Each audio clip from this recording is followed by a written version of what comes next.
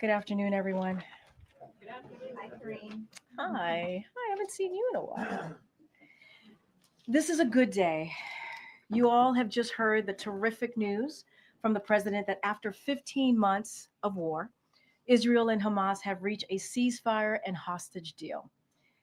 This deal will halt the fighting in Gaza, surge much needed humanitarian assistance to Palestinian civilians who have been living in dire conditions, and it will reunite the hostages, including Americans, with their families after more than 15 months in captivity, experiencing unimaginable suffering.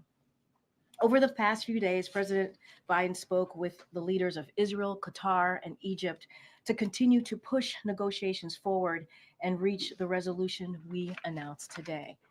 The process has been steered out of the West Wing at the direction of the president by National Security Advisor Jake Sullivan and driven to completion through relentless diplomacy by Middle East Coordinator Brett McGurk, who has been actively negotiating day and night in Doha.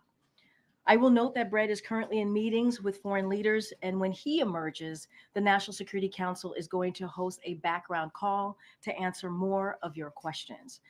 Secretary Blinken, Director Burns have traveled regularly to the region in recent months and throughout the past year and been in close touch with the key players in the region to advance negotiations forward. President Biden has also directed his team to work closely with the incoming administration to ensure all spoke with one voice on the need to secure a deal. As the president said, we have reached this point because of the pressure Israel has put on Hamas, while with the backing of the United States. Sinwar was killed. Iran's attacks against Israel failed thanks to the support from the United States. We have built a coalition of nations to defend against Houthi attacks. We negotiated a ceasefire after Hezbollah was significantly weakened, and Iran is weaker today than it has been in decades. These developments, which the United States helped shape, have created new conditions in the region, conditions that have led to the outcome we are seeing today. Today, even as we welcome this news, we remember all of the families whose loved ones were killed in Hamas's horrific October 7th attack, and the many innocent people who have been killed in the war that followed. It is long time for the fighting to end and the work of building peace and security to begin. The families of the American hostages are at the forefront of our hearts and minds today. They have been through a terrible ordeal that I cannot begin to imagine. Under this deal, President Biden is determined to finally bring their loved ones home. Now, again, Brett McGurk is the best equipped to answer the specific implementation questions as he has been directly involved in extensive negotiations, obviously on the ground. In the meantime, we wanted to come out here to speak to the news and also answer any other questions that you may all have. But before I even move forward to taking your questions, I want to do one of those as a former senator, now President Biden would say, one a point of personal privilege here. Today is the 537th briefing of the Biden Harris administration. This is my 306th briefing and the final briefing of the administration. Before I get to all your questions, I just want to say a few things and also just give out a few thank yous, if that's okay. So, we had the first briefing of this administration on Inauguration Day because President Joe Biden wanted to make clear the importance of daily press briefings and the vital role that the press plays in our democracy. President Biden believed in returning the norm of regular briefings and communicating to all of you and the American people about what we are doing and why it was important. The president and all of us in this administration understand that a free press is a cornerstone of our nation and that the job you do questioning leaders and holding the powerful accountable is important. And as I said during my first briefing, when I took over this role, we might not see eye to eye here in this room all of the time, and that is okay. The give and take that happens here is incredibly healthy, and it is part of our democracy. I have been honored to partake in it with all of you. Well, most of the time I've been I've been honored to take it. But in all seriousness, I also said at the first briefing, I would not be here today if it were not for generations of barrier breaking people before me. I have stood on their shoulders. I benefit from their sacrifices. I have learned excellence and I am eternally grateful to them. And now I will pass the torch. It is my sincere hope that I, while I may be the first for many things at this podium behind this lectern, I am not the last. I hope my presence at this podium has served as inspiration to many young girls out there who look at me and look at this job and look at what we've been able to do and have a similar background as me. And hopefully they can follow their dreams and never give up and know that you can achieve great things if you put your heart and mind and be passionate about it, no matter how many barriers you may need to overcome. Progress is not always a straight line, but we all must do our part. In the words of Dr. Martin Luther King Jr., whose birthday is indeed today, bend it towards justice and pay it forward. I hope that and I and many barrier breaking colleagues in this administration have played a small role in doing just that. Standing here and having served in this role for this administration and this president has truly been the honor of a lifetime, one I am grateful for and I will never forget. But it is a job I could never have done alone. And so finally, I do want to say a few thank yous to a few people in this room that I've gotten the pleasure to work with. I want to start off by thanking the best team in the business: Emily, Andrew, Kelly, Robin, Angelo, Jeremy, Sonia, Chloe, Jacob, Chris. You are simply the best. And thank you so much for having my back and doing this job and having the president's back and doing it so well. Truly the best. You work tirelessly, passionately, and with utmost professionalism. You serve the president and this nation well. I am proud to call you all my friends and colleagues. None of this would be possible without all of you. I also want to acknowledge some of the former team members who are with us today. They're spread about here in the back. Uh, and as you all know, many of them left to continue to do some impressive work outside and obviously continue to do some work within the administration. Chris, Vedant is here as well, who just had a baby girl. Congratulations, Vedant. I had to call you out for that, which is wonderful. You and your wife brought in a beautiful little girl. Alexandra, Silas, Allison, Angela, Natalie. It is all good to see you, and thank you for all that you have done. Thank you for your service. And Jen Saki, who's in the back, thank you so much. I see you, and I'm so grateful that you took the time to be here. And so thank you for your kindness. Thank you for your friendship. And we've missed you around here, and it's so good to see your face. I also want to thank my parents. Growing up as an immigrant family in New York, they never imagined their daughter would be standing here today. They work day and night to give me every opportunity possible. I can't thank them enough. And to my parents, sorry I didn't become a doctor, but hopefully this is okay. And to my lovely, amazing daughter, yeah, you have gone too many nights without me being around, and without me being there for school drop offs, and without your mama around. And I can't wait to spend more time with you. I call her my pudding, so I can't wait to spend more time with you, pudding. Thank you for your love and support and your patience. And finally, whew, finally, I do want to say thank you to President Biden and First Lady Dr. Biden for this incredible opportunity. As I said earlier, standing at this podium behind this lectern, serving the American people and this administration has been an honor of a lifetime. And I will be forever grateful to the president for his trust and this amazing opportunity. And with that, thank you for your patience, all. I appreciate that. With that, Zeke. Thanks, Karine. When will the American hostages who are being held by Hamas be released? Will they be released in phase one, or will that come in subsequent phases? And so the president answered this a little bit when he was speaking earlier today. He mentioned phase one. That's when we're going to be seeing that. And the American hostages will come out in phase So there will be more details that Brett McGurk will share right after this briefing. But what I will say is just to give you a little bit of how it will work. So during the first phase, which will begin on Sunday, the fighting will stop. Hostages will begin to be released, and aid will surge into Gaza. During these weeks, the second phase of the deal will continue to be negotiated to bring a permanent end to this war. If negotiations take longer than 6 weeks, the ceasefire will continue to hold as long as negotiations continue. This deal was developed by the president and his team about 8 months ago, back in May. You heard the president talk about that. So this was the framework. And once he was able to put out the framework, it was endorsed by the world.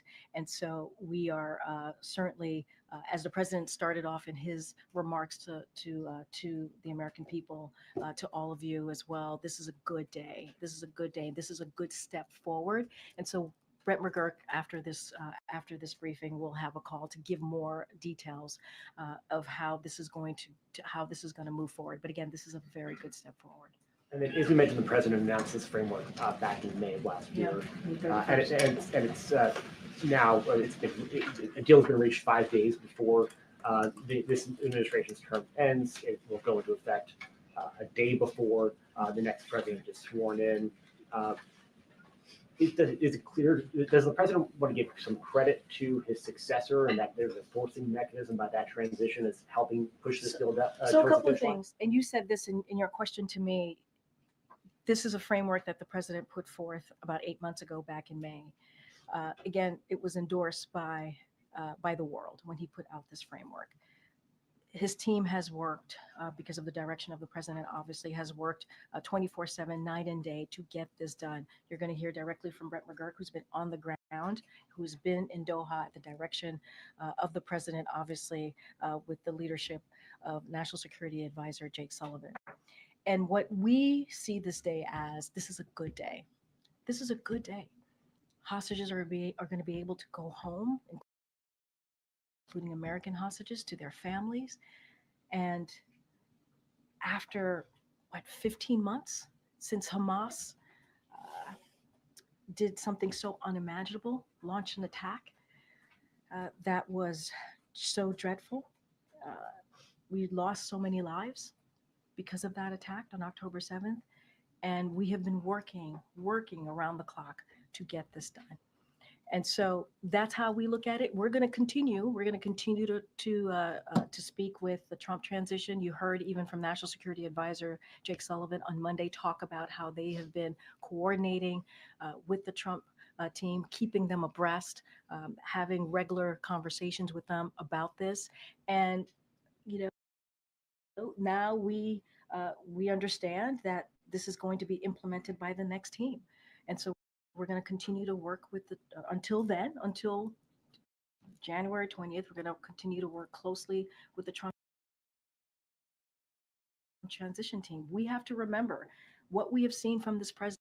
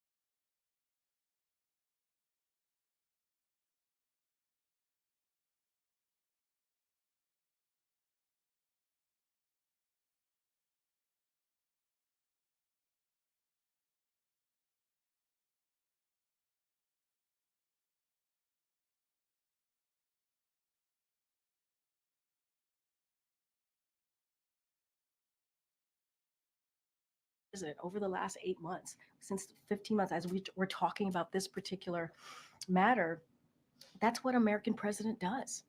That's what they do.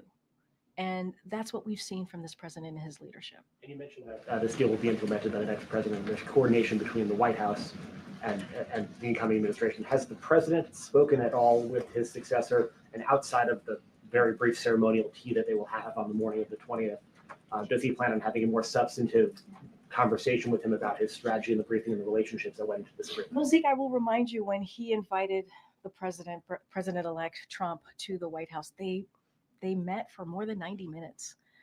And that's a pretty long time, a significant time to have a heart-to-heart, a bit of a conversation. So that happened, as you know, right after the election. I don't have anything to read out at this time of upcoming conversation or conversations that's happened since their meeting in the Oval Office. But again, the Trump transition team and our team have been in constant communication, having these conversations, keeping them abreast. This president made a commitment. He made a commitment that he wanted to see a peaceful transfer of power, something that he didn't get 4 years ago. But he wanted to make sure to continue that tradition and do a peaceful transfer of power. That's what you have seen. He wanted to make sure the transition was effective, efficient, and that's what we have provided.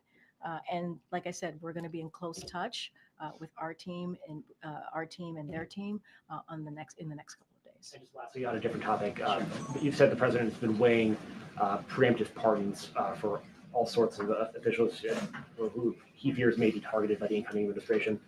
Has he made a decision? And given that this is the last briefing, if he were to decide to issue those pardons, could you commit now that there'll be an opportunity to ask questions of the outgoing administration before noon on the 20th about any presidential action? I don't have anything to announce. You are correct. You could expect more pardons. I'm not going to go into details of what that's going to look like. It is not unusual for a president to do that, and so you should expect that from this president.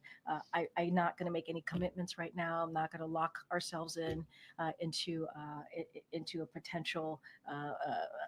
Another opportunity to ask questions about pardons. But what I can say is stay tuned, and there'll be more to share. And I'm sure the president's going to want to continue to engage with all of you in the next couple of days.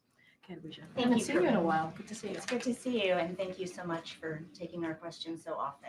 Thank you. I Really appreciate appreciate it. it. Thanks, Lucia. So, in terms of implementing the terms of this agreement, how confident is President Biden that the incoming administration will do that? And have they offered any assurances that they will carry them out? I think there's a commitment to move forward with this deal. I think there's a commitment to make sure that there's an end to this war. Obviously, hostages are going to be coming home. Obviously, we've been in very close touch with the Trump transition. And the president was asked some variation of that question moments ago after he spoke, and he said he is very much indeed confident. So look, we understand this is going to be implemented by the next team, as I just stated. We are going to work closely in close coordination with the Trump team. As the president has said, and I have said also moments ago, we want this to be in one voice, right? I think that's what you have seen in the past couple of weeks, how we have moved forward in one voice. And this is what's important for the hostages, to get them home, to make sure that we're getting that humanitarian aid into Gaza, and to ending this war that has taken a lot of innocent lives. And so that is the commitment. That is the commitment that you can see from us, and that's what the president believes, that he is confident in how we're going to move forward. Tonight, President Biden is going to be delivering a farewell address. Ahead of that speech, we got a long list of what he views as his greatest accomplishments. Can you talk? Over 100 pages, I believe, right? Did you read? Did you have every word? Can you talk about what he thinks his greatest failures are, and whether he will address those tonight to the American public? So look, this is an important moment for the president. He has been working on the speech, because obviously these are farewell remarks, but he is obviously going to be talking directly to the American people. It is not going to be partisan. This is something that, and not just forget, it's not just about the last 4 years of his administration. He is stepping down from his career, right? More than 50 years of public service that this president has done as senator, as vice president, as president. So you can imagine the president has a lot to say, a lot of thoughts that he wants to share, really touch on the moment that we're in right now. And so that's what you're going to hear from the president. What he wants to do, obviously, is also be positive, talk about what we have been able to do. This is a president that speaks about possibilities and how he sees this country moving forward.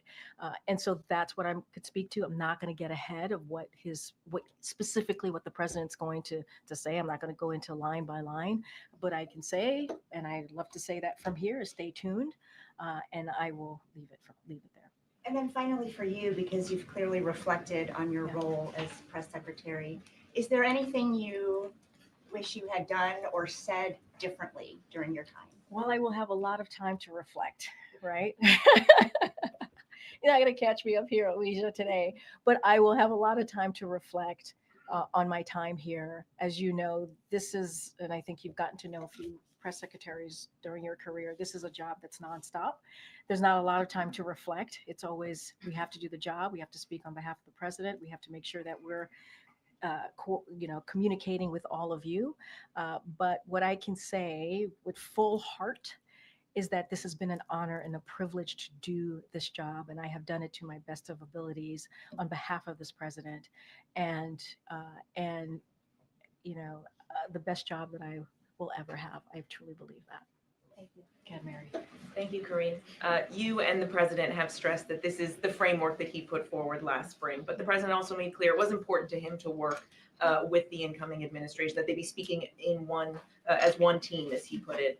Even the Qatari prime minister, in his remarks, personally thanked Steve Witkoff, the incoming administration's Middle East envoy. So, do Donald Trump and his team deserve any credit for this? I mean, look, everyone is going to want some credit. Everybody's going to want some credit. Get that? That's how this goes when something good happens. Not unusual. It is not unusual at all. What I can say is the president got it done, right? That's what I can say. And what I could also say is that, and you said it in your question to me, is that there was a framework that was put forward, and it was put forward by the president back in May 31st of last year, and it was endorsed by the world. And you see a president that has done everything that he can. This is someone who has foreign policy experience, decades of foreign policy experience. He understands what it means to bring people together. He understands what it means to get a deal done. He also said in his remarks how difficult it was to negotiate. Negotiating is incredibly hard, and this wasn't easy, but we got it done. And so, this is someone who speaks from experience, and this is again not an easy thing to get done. But as we've said, and I've said multiple times, and I think Jake Sullivan said this obviously recently when he was here on Monday, we were able to work closely with the Trump transition team and coordinate with them. But again, this is a framework that the president put out, and negotiations aren't easy. And this was one of the toughest negotiations that he experienced. And this is something that the president shared with all of you. And does the president have any plans to talk to the families of the hostages, or has he talked to them today? So as you know, the president and this administration has been in regular touch with the hostages hostage family, and have obviously always communicated with them that how much we're with them and the work, everything that we're doing to try to bring their loved one home. And we have stayed in constant communication with them. I don't have anything to read out as a call to any of the American hostages or the families at this time. But I can say that the president is, as he said, this is a really good afternoon. Our hearts go out. Our hearts go out to the families who have been waiting 15 months to get their loved ones home. And so this is a big deal. This is a big deal. And just on a slightly more personal note, on this your 306th briefing, what advice do you have for your successor? So I was asked this question, I think, when my successor was announced, and it's pretty much the same, which is, obviously I wish her the best of luck. This is a great job, an amazing opportunity to be standing at this podium behind this lectern, to go back and forth with all of you and speak on behalf of this president, the president of the United States. There's nothing like it. And I hope she enjoys the job. I hope she continues to do this, what we've been doing for the past almost 4 years. And I truly wish her well. The decision the president made to include Steve Witkoff, how did that come about? Look, that is, I'm not going to. Why did the president do it? Well, look, this goes back to what the president said right after the election: a peaceful transfer of power. Again, something that he didn't get 4 years ago, and wanting to make sure that we had an effective, efficient transition. That's what it looks like. The president is basically leading by example. That's what he's doing. This is a president who understands norms, who understands institutions, and understands how important that is. And he wanted to respect the outcome of the election, the will of the people. And that is what you've seen this president do. At any point did the president think maybe this deal will not be reached on his watch? The president was hopeful. He was optimistic. This is, as you know, I think you know this, Steve, this is a president that tends to be optimistic and hopeful, but not just that, does the work, leans in, has the experience to get things done, which is what we saw from this president today. I think this is a great example of that. And, he never gave up hope, never gave up hope. And to your point, until the last minute, and we were able to get this done. Thank you, Karine. This is the second negotiated pause in fighting between Israel and Hamas. The first, as you know, was reached more than a year ago in November 2023. Fighting then resumed just a few weeks later. So what confidence does the U.S. have that this time will be different? We are going to have confidence, right? I think it's important. Stepping back, negotiations are hard. They're difficult. This was a difficult one. This took multiple sides to come together. The president, as you know, spoke to Qatar, the leader of Qatar, Egypt, and even Prime Minister Bibi Netanyahu recently. And this is what diplomacy looks like, having those continued conversations, making sure that voices are heard, and having those tough back and forth. And so we have to be, I think it is important to also be confident in that we can continue to get this done. And, Steve just asked me, why did we bring in, why did we bring in the Trump? This is why, because we know that there has to be a continuation of this. We know that this first phase is about to start. There's going to be a second phase, and it's going to continue. We got to get to a place where this war is done permanently, ends permanently. And so bringing in the Trump administration, coordinating with them, and making sure that they're having the information that we all have, we are hopeful that this will continue. Under the framework, negotiations for that phase two would need to begin within a matter of days after phase one begins. What is the White House's view of the commitment of the incoming Trump team and the competency of the Trump team to go through those negotiations and get a phase two and beyond? So I would refer you to the National Security Advisor. Jake Sullivan talked about his relationship and back and forth with his counterpart and how that has gone very well. And so I think that's a good sign of how this is going to certainly move forward. Again, we have been in close coordination with their team, and we're going to continue to do that. We're going to continue to talk through with them on the next steps, and we're going to and what you have seen in the past, certainly couple of days, couple of weeks, is one voice coming together in one voice to get this deal done.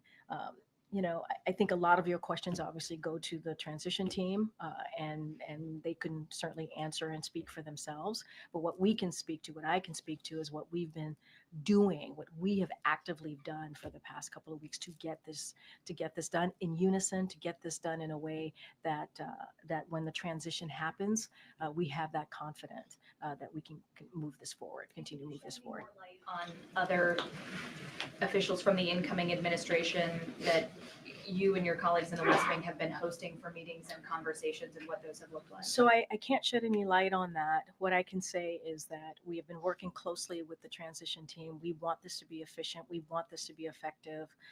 We are doing this. The president wants to do this on behalf of the American people, and that's what you can count on.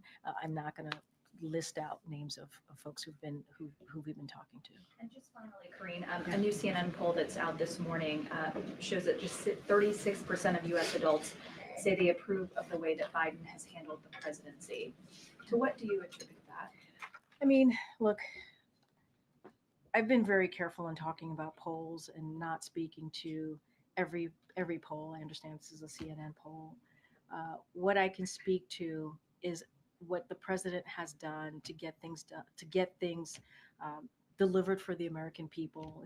If you think about beating big pharma, if you think about lowering healthcare costs, bringing manufacturing jobs back, or manufacturing back here more broadly, if you think about insulin, capping insulin at $35 a month for seniors, all of those things that I just listed out are very popular with the American people. They are. And that has always been at the forefront of the president's mind. What can he do to deliver for the American people on the needs that they care about? And that's the type of economic policy that he put forward. That's what he wanted to make sure we didn't leave anybody behind. And many communities have felt that they've been left behind. That's why we talk about building an economy from the bottom up, middle out. That's been his focus. And you can see the results. More than 16 million jobs created. When you think about more than 20 million small businesses started, people don't start small businesses unless they feel confident about the economy, and that those two go hand in hand. And so, look, we're going to continue to do the work, continue to make sure that we do everything possible in the last couple of days to deliver for the American people. And that's the president's focus. Let's not forget, when he walked in, there was a pandemic, once in a generation pandemic, and he turned that around. He turned that around. And so I'm going to, the president's going to address the American people later today, farewell address, and he'll certainly have a lot to say. Okay. Go ahead, Jojo. Thanks, Karine. Yeah. Last time I'll be able to say that. I know. Thanks for taking questions these last couple of years. President-elect Trump, in a social media statement today, said the ceasefire deal could only have happened as a result of his election victory. What's your response to that assessment? Do you agree with that? Disagree? Look, I think the president was asked some version of that question. I think that was the first question that he got after he spoke. And I said this, everyone's going to want to take credit. That's how these things work. But the fact of the matter is, in order for this deal to have been done, there needed to be a framework. The person who provided that framework was President Joe Biden. And we have been working on this for some time. It didn't just come together in the last couple of days. It didn't just start the last couple of days. And so, and not only that, he put together a framework. It got endorsed by the world. That's not an easy thing to do.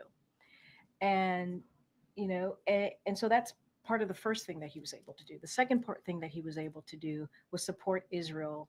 And by supporting Israel, that badly weakened Hamas. You saw what happened to Hamas's leadership, and what we were able to do to the backers of Hamas.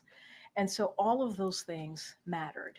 Our support and what we were able to do, how this president stepped in, matters. And now we are in a situation where we're going to pass this over to the incoming administration. A lot of this is going to be implemented by the incoming administration. That is why we worked very closely with the incoming administration. And again, that is what an American president makes. And secondly, President Biden's going to be spending his final full day of his presidency in Charleston, South Carolina. Can you discuss what he's going to be doing there? We'll have more to share on that, and I don't want to dive into that right now, but we'll certainly have more to share on what that will look like his last couple of days. Get Karen. Just two quick ones. Does the president intend to leave a letter for President-elect Trump before he leaves office, as Trump did for him? Well, I guess we'll see. We'll see. I don't have anything. That's going to be up to the president. I don't have anything on that. But it's a good question. I'm curious too. And after Monday, what is the president's plan? What are he and the first lady doing when they leave Washington? And we'll have more to share on that as well. Thank you for serving as press secretary and answering our questions for the last couple of years. Thanks. A couple quick ones just to clarify some things, probably yes or no. I know you have no readout of any calls between President Biden and President-elect Trump. Just declaratively, can you say, no, there has not been a call between them or in any of the last 2 weeks on this specific topic of Israel? Look, I have not asked that question, so I don't want to get ahead of myself here. You always give me homework, Peter. Every time I come, you always tell me, can you go back and tell? Okay. 24/7, yeah. If I can ask you briefly about tonight's address, if you can take us into that room. Yeah. Who is going to be in attendance? I trust the First Lady. Will family members be there? Who else will be there? And is there anything else surrounding it? It's a very good question. We'll have more color for you later on in the evening. What I can say is the president is certainly very much looking forward to this moment, speaking directly to the American peoples. Not every day you get to do an oval address. He gets to do another oval address, obviously his last one in prime time. And so we will certainly have more color of who's going to be in the room and what that would look like as we get closer. And then last question, I'll leave it to my colleagues, is it's tradition that at the end of the year, the president would do a news conference in advance of departure. The president would take questions on a variety of different topics. What was the decision making? Why did this president decide not to do either of those before his departure? I think the president, especially in the past couple of days, has been very much engaging with all of you, taking questions. He did it today. He himself wanted to stand up a moment to talk about the economy, but also take your questions just a couple of days ago. That is something that he wanted to do, and your colleagues took. Wait, let me finish. Your colleagues asked some really important questions that he was able to answer, an array of questions. And what I can say is I don't have anything to preview at this time, but certainly he's going to continue to engage with all of you, and you know. We have been, he's been very much involved in going back and forth with all of you in the past couple of days, and that is something that he wanted to make sure that he did that. Were there any concerns about his public performance in a setting like that? Well, I mean, I think the issue that I have with that question, Peter, is that he literally did a press conference with all of you days ago with some of your colleagues and took multiple. That's different, than an hour-long press conference. That's why I asked the question. I mean, look, but he took questions. He took questions on an array of issues, went back and forth, and he took questions today. He's been pretty consistent over the past couple of days in doing that, and that shows his performance. That those are questions that he doesn't know what you guys are going to ask, and he takes them and he answers them, and I think. That is something that is important to him. This goes back to the freedom of the press, understanding how important you all are to our democracy, and understanding how having that continuation of a back and forth, even when we don't agree, is important. And so I'm pretty sure you all will continue to hear from him in the last couple of days of his administration, and he certainly looks forward to it. Karine, we're sort of dancing around who gets to take credit for this deal. No one's dancing around here. Colleague at the State Department briefed our colleagues that President Trump was critical in getting this deal over the line. Do you not agree with that statement? I mean, look, I'm not going to speak to a random person. I don't know who this person is. I'm not going to.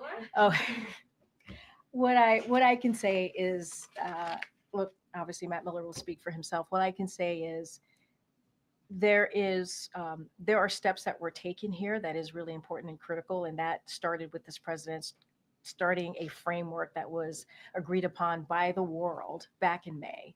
And that was because of this president. That was because he was able to lay out his thoughts, his thinking on how to move forward with this negotiation. What I said before, this is someone who understands foreign policy as I'm talking about the president. He understands how difficult it is, and this was not an easy one. And so he has the experience. He was able to get that going, to get that started. So this has been going on for some time. It has. I mean, that's just the reality of it. That is just the facts of it. Have we been coordinating and working closely with the incoming Trump administration, their transition team? Yes. And we've been very forthcoming about that. But the fact of the matter is, it took someone who has the experience that this president had to get this going, to get this moving, to understand what negotiations look like. And that's what this president was able to bring to the table. And it got done under his watch. It got done today. And then secondly, obviously, this is a really big day on the foreign policy, national security front. This is your last briefing, or the administration's last briefing. Is there a reason why John Kirby isn't here to take your questions? So look, I just mentioned that Brett McGurk is going to be holding, and National Security Council is holding up a call. I think that's going to be really important. They will talk more about the implementation of this. National Security Advisor Jake Sullivan was just here 2 days ago on Monday, and I think kind of laid out a really good framework for all of this, the thinking process, how this was going to move forward. And Brett McGurk, he is on the ground. He has all of the information. He has been there at the direction of this president, certainly with National Security Advisor Jake Sullivan leading that effort. And so he's going to have a lot more information than any of us here will have, because he's been on the ground, understanding, working with the negotiators and understanding how this process has worked. So that's how this works. Go ahead. You said that you wish your successor luck. Have you had any extensive conversations with her about how this job is done? I haven't. But I'm not the only White House press secretary, or soon to be former White House press secretary, out there. So I'm sure there are many people for her to connect with and speak with. But I have not had a conversation with her. Thanks, Karine. How many Americans are going to be in the first tranche, and when will they start coming out? It's a good question. That's why Brett McGurk is going to be holding this National Security Council call. He will have all of that information. The president even said the same thing when he was asked a similar question, that we will have more details to share. And so the National Security Council, Brett McGurk, will share that with all of you, hopefully momentarily once this is done. Confused on why we're having the last briefing of the administration on what's been one of the defining wars of this presidency without being able to answer those questions. I just said he's going to hold a press call and he'll take your questions on that. I think that's important to hear directly from the person who's on the ground. I think that's an important thing to do, right? We were under the impression that there were folks here in the building who had those answers who could tell Well, us. National Security Council is holding up a call so that Brett McGurk can get on that call and take your questions. Okay. Why is it that you seem unwilling to extend any credit to Trump for this deal? Couldn't he just have said, hold off until I'm in office? What I will say is that what we know to be true, what we know this process, how it has moved over the past 8 months, this is a deal that happened under the framework that this president put forward and was endorsed by the world. And this is also an administration that has had certainly the support, the back of Israel that helped denigrate Hamas, their military severely, weaken them. And we created, because of also doing that, we created the conditions for this deal. That is what has happened over the last 8 months. And we have talked closely, worked closely, coordinated closely with the incoming administration. And that is how we've been able to get to this point. And the reason we were able to do that, having that conversation with the transition team, is because this president believed in the importance of having a peaceful transfer of power, right? Of having a transition that worked for the American people and had the American people at the forefront in trying to make sure that we got this done. We've heard variations of that answer through the briefing, but I guess more plainly, I'm wondering, if you'll just say your view, which seems to be that Trump gets no credit. I've shared my view. I don't have anything else to share. I've shared how we got to this point. The president shared that moments ago. He laid out in very succinct way on how we got to this point. I've talked about Brett McGurk, who's on the ground talking to negotiators, has been there working at the direction of this president, the leadership, obviously, of the National Security Advisor. This has been something that has been in the works for months, way before November. That is just how this has worked. I'm not here to talk about the transition. I'm not here to talk about who gets credit, not get credit. I'm here to talk about what this president has been able to do. And here's what is also incredibly important here.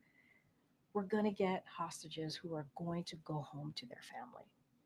After 15 months of, I don't even want to think the horror that they have gone through. I can't even imagine it. And I think that matters. I mean, we're going back and forth about credit, but people are going to go home to their families. And that is so important. And hopefully the phases will continue and we'll get to an end of war here. And that is important. And let's not forget, increase that humanitarian aid into Gaza, because there are people there who need that aid and the assistance. I'm going to move on. Go ahead. No, I'm going to wait. No, How will you grade yourself on your goal of being the most transparent administration? Go ahead.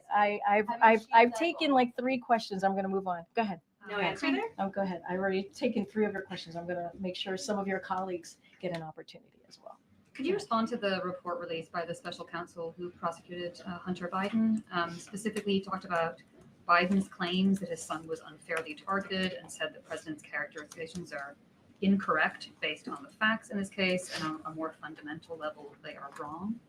He also said that politicians who attack the decisions of career prosecutors as politically motivated when they disagree with the outcome of a case undermine the public's confidence in our criminal justice system. So, I mean, a couple things there. Let's not forget why the president came to his conclusion, how he got to this point of pardoning his son. And he talked about the circumstances of this prosecution and how out of norm they were. And let's not forget there were legal experts that agreed with this president, who shared that conclusion of this president. And one of those experts is a former prosecutor, as you all know, Attorney General Eric Holder, and he was very clear. I just want to quote him. No U.S. attorney would have charged this case given the underlying facts. Had his name been Joe Smith, the resolution would have been fundamentally and more fairly a declination. Pardon warranted. And if you look at what happened here and you look at paying your taxes, the vast majority of people who don't pay their taxes on time are not charged with criminal penalties. They're just not. They pay their penalties and fees, and that's what Hunter Biden did. And so the president wasn't alone in this, in making that. When he made that determination, he had legal experts who also agreed with how he, making this decision on pardoning his son, Hunter Biden. No concern that he undermines the public perception of the justice system. I just answered that question. I don't have anything else for you. Okay, good. Thanks. I know that you said you don't have details on what the president will be doing on Sunday, but can you expound on why he chose to spend, his last day in office in South Carolina? We'll have more to share. I don't want to get ahead of that. We'll have more to share. And why South Carolina? Last thing, has the president spoke with Prime Minister Netanyahu, or does he plan to do so in the coming days? Well, as you know, he recently just spoke to the Prime Minister, and if we have more calls to read out, we certainly will do that. I know I have to start wrapping up. Go ahead. Thank you so much, Karine. On Monday, President Biden said he was more optimistic than ever about the future. Isn't he afraid or concerned that part of his legacy could be or is about to be erased by the incoming president? I mean, look, when I answered this question about, I think it was a polling question from Kayla, I also talked about in my answering that question how popular some of the things that the president has done. Chips and Science Act, bipartisan infrastructure legislation, the PACT Act, and even the provisions of the Inflation Reduction Act. And I talked about the insulin being the insulin at $35 a month for seniors. Those are things, all of those things that I just laid out are popular with the American people. And that is something that the incoming administration has to think about. Republicans on the other side of Pennsylvania has to think about. These are things that are incredibly popular. Some of them, the bipartisan infrastructure legislation, Chips and Science Act, the PACT Act, were done in a bipartisan way. And so to undo those successes, some of the things, again, popular with the American people, that's something that they have to seriously think about. And what we have done in those historic pieces of legislation that obviously is now law will have lasting effects on people's lives, lasting effect. So he's very confident about that. And one about foreign policy, because President Biden said his presidency restored the U.S. credibility in the world. Jen Psaki actually said that in her first briefing here, that he was going to do this. But when we talk to foreign leaders or diplomats around, many say that the inconsistency of the U.S. foreign policy is making it harder to work together and really trust that the U.S. can be a reliable Wait, say ally. that So last what do part you again, tell the them? inconsistency, you said? Yeah, of the U.S. foreign policy, make it hard to work and trust that U.S. can be a reliable ally. So what message do you- why are they saying that? What's the inconsistency? Well, one administration come and do a lot of Cuba and Paris and all, and then you put it back, and now again it's about to be, I mean, look, so- I'm not going to get into what the next administration is going to do, not going to do. What I can talk about is what the president wanted to make sure and that he got done in his 4 years here, which is restore the reputation of the United States, which he was able to do. get things done on behalf of the American people and make sure that we really mended our relationships with our partners and allies. And that's what you were able to do. You don't expand NATO if it wasn't for this president and his relationships and his experience, right? You don't support Ukraine the way that it was supported by more than 50 countries, the way that it was able to get what it needed to really be on the ground. Remember, Kyiv was supposed to fall within days. That didn't happen. That didn't happen because of this president's leadership. I'm not going to get into what the next president's going to do or not do. And let's not forget today. Today was a big day in the foreign policy space to get this hostage deal done. Hostages are going to go home. We're going to be able to get humanitarian aid surged into Gaza, and we're hopefully going to end this war. And that is incredibly important. All right, guys, I have to go. Thank you. Yep. Have you been in touch with Caroline yet? I was Were just you asked this able to- question. I was just asked this question. I have not been in touch with her, but I certainly wish her luck. Thanks, everybody. Why have you not been in touch with her? Come talk to me in the back.